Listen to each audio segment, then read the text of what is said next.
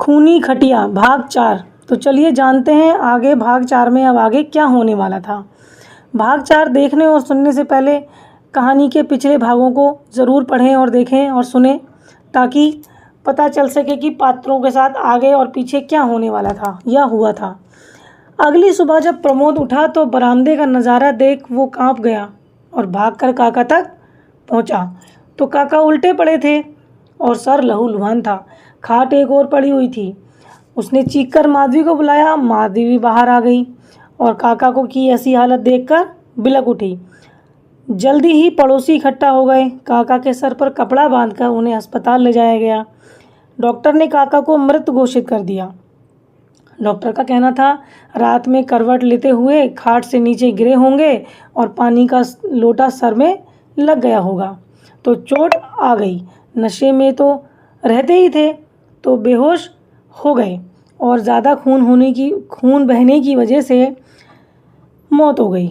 प्रमोद रोता बिलखता सा काका को घर ले आया और सभी रिश्तेदार आदि को सूचना दे दी। पूरा घर रोने बिलखने से गूंज उठा। फिर काका को शमशान ले जाया गया और क्रियाक्रम किया गया। शाम तक प्रमोद घर लौटा और मायूस बैठा हुआ था। माधवी, कुछ खा लो। प्रमोद, मुझे भूख नहीं है, तू खा ले और छोटी को भी खिला दे। माधवी मायूस होकर अंदर चली गई। प्रमोद बहुत देर तक ऐसे ही बैठा रहा और काका को याद करते रहता था। तभी अलसीराम आता है। अलसीराम सांत्वना देते हुए बोले, प्रमोद ये कैसे हो गया?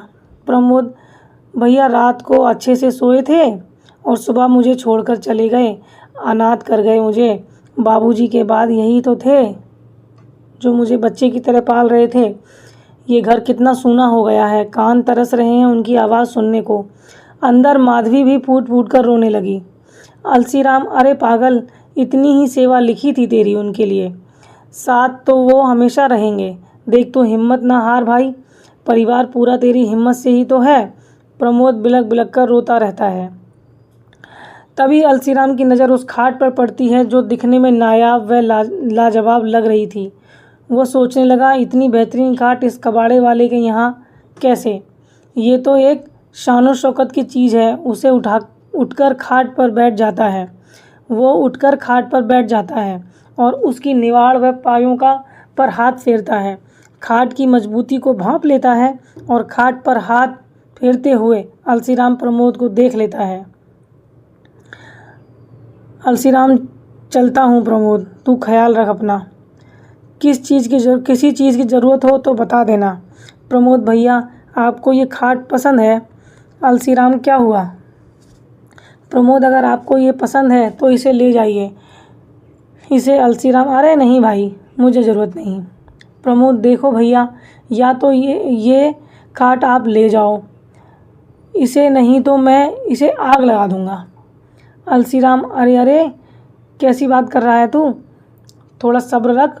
प्रमोद काका के लिए लाया था इसे, अब वो ही नहीं रहे तो ये भी नहीं चाहिए मुझे, बाहर फेंको इसे।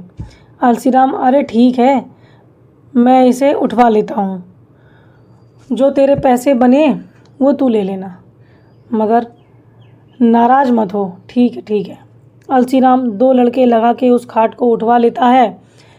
माधवी और प्रमोद को उस खाट से अब कोई मोह नहीं था। दोनों अपने उजड़े हुए संसार को आंखों में भरे खाट को जिम्मेदार मान रहे थे। जो सच था वो भी यही था। अलसीराम मन ही मन खुश था कि वह इस खाट को अपनी बैठक में रखेगा सजा के और प्रमोद को कुछ पैसे दे देगा। ये सौदा उसके मन को भा रहा था। अलसीराम घर पहुंचा और टेम्पो से खाट उतरवाई। अलसीराम की पत्नी शोभा बोली, ये खाट कहाँ से उठा लाए? अलसीराम ने पूरी कहानी बता दी। शोभा चौंकते हुए, तुम गमी से खाट ले आए? अलसीराम, अरे अभी वो दुख में है इसलिए दे दी, कल जब होश में होगा तब थोड़ी देगा, इसलिए मैं आज ही उठा लाया। शोभा, तो आज इसको बाहर ही रहने दो, गमी के घर से आई है, कल इसको धो पोंछ कर अंदर डलवा दूंगी। अलसीराम, तब तक पीछे वाली कोठरी में रखवा देता हूँ। शोभा, हाँ ये ठीक है। खाट को पीछे वाली कोठरी में रखवा देता है।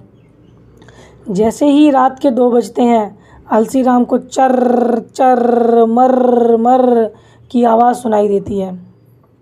अलसी राम शोभा को जगाते हुए, शोभा शोभा कुछ आवाज़ आ रही है क्या? शोभा, चूहा होगा, हमको सोने दो, थक गए हैं हम बहुत। अलसी राम भी आंख बंद करके सो जाता है। उधर कोठरी में खाट हवा में उड़ चुकी थी और बहुत तेज़ गोल गोल घूम रही थी।